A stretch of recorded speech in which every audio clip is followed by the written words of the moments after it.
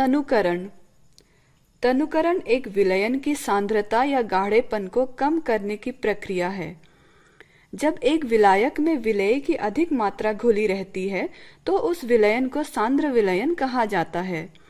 हमारी रोजमर्रा की जिंदगी में सांद्र विलयनों के कई उदाहरण दिखाई देते हैं।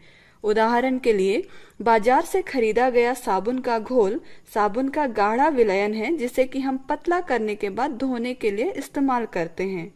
खाना बनाने में भी हम अक्सर सांभर बनाने के लिए इमली का पेस्ट या टमाटर के गूदे को पानी में मिलाकर पतला करके इस्तेमाल करते हैं। हम अक्सर नींबू के रस में पानी और बर्फ मिलाकर तरल करने के बाद उसका इस्तेमाल करते हैं।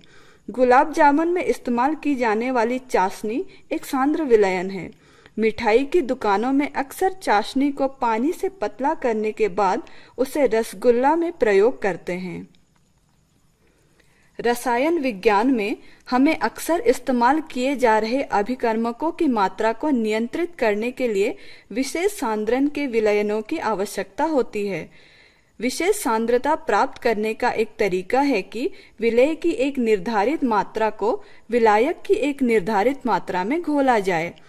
एक दूसरा तरीका है कि विलयन की एक ज्ञात सांद्रता को विलायक में घोला जाए ताकि विलयन की सांद्रता को बदला जा सके।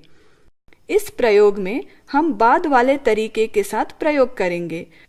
आपको चाहिए 5 परख नली, एक परख नली स्टैंड, एक ड्रॉपर, एक कांच की छड़ और पोटेशियम परमैंगनेट।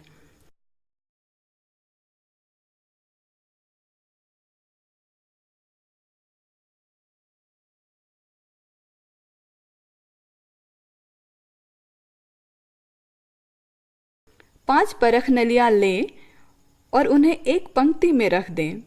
पहली परख नली में 10 मिलीलीटर पानी भरें। शेष 4 परख नलियों में 9 मिलीलीटर पानी भरें।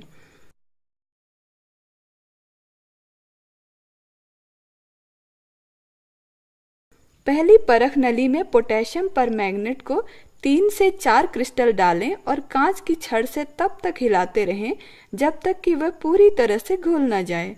आप विलयन को गहरा बैंगनी होते देखेंगे।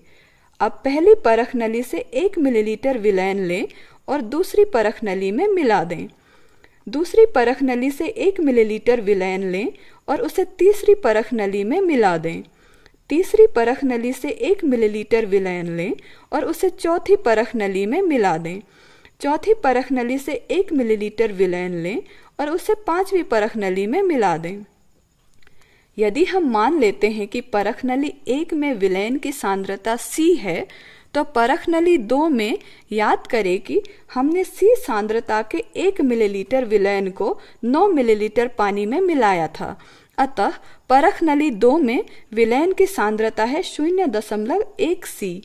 इसी प्रकार से परख नली 3, 4 और 5 में सांद्रता है 0.01 C, 0.001 C और 0.0001 C। और हम स्पष्ट रूप से देख सकते हैं कि विलयनों में रंग की तीव्रता घटती जा रही है क्योंकि वे और ज्यादा तनु होते जा रहे हैं। सवाल जवाब। हमने इसके लिए पोटेशियम परमैंगनेट का इस्तेमाल क्यों किया? पोटेशियम परमैंगनेट या KMnO4 एक लवण है जिसमें कि K+ और MnO4 नेगेटिव आयन होते हैं। अपने प्रयोग के उद्देश्य के लिए हम इसे 2 कारणों से इस्तेमाल करते हैं। पहला, यह पानी में आसानी से घुल जाता है और दूसरा, यह एक चमकीला बैंगनी विलयन बनाता है जो कि विलयन के अवलोकन को आसान कर देता है। यह एक प्रबल ऑक्सीकारक एजेंट है। यह प्रकाश की उपस्थिति में K2MnO4, MnO2 और O2 में ऑक्सीकृत हो जाता है। इसके इस गुण का इस्तेमाल फिल्म के सेट पर रंगमंच की सामग्री को पुराना रूप देने के लिए किया जाता है। इसे एक रोगाणुरोधक की तरह भी इस्तेमाल किया जाता है। शरीर के घावों का इलाज करने के लिए और पुराने समय से इसका इस्तेमाल पानी को शुद्ध करने के लिए होता रहा है क्योंकि यह कुछ निश्चित सूक्ष्म जीवों को मार देता है। पोटेशियम परमैंगनेट का इस्तेमाल फलों की उम्र या जीवन काल बढ़ाने के लिए भी किया जा सकता है।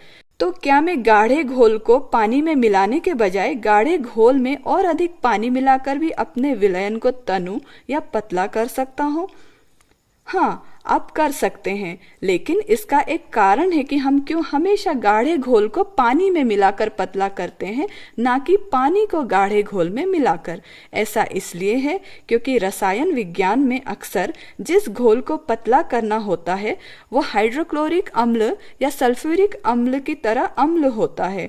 सांद्र अम्लों और पानी की अभिक्रिया अत्यधिक ऊष्माक्षेपी होती है, यानी कि बहुत ऊष्मा उत्पन्न करती है। अतः पानी को सांद्र अम्ल में मिलाने पर विलयन के विस्फोट कर जाने की संभावना ज्यादा होती है।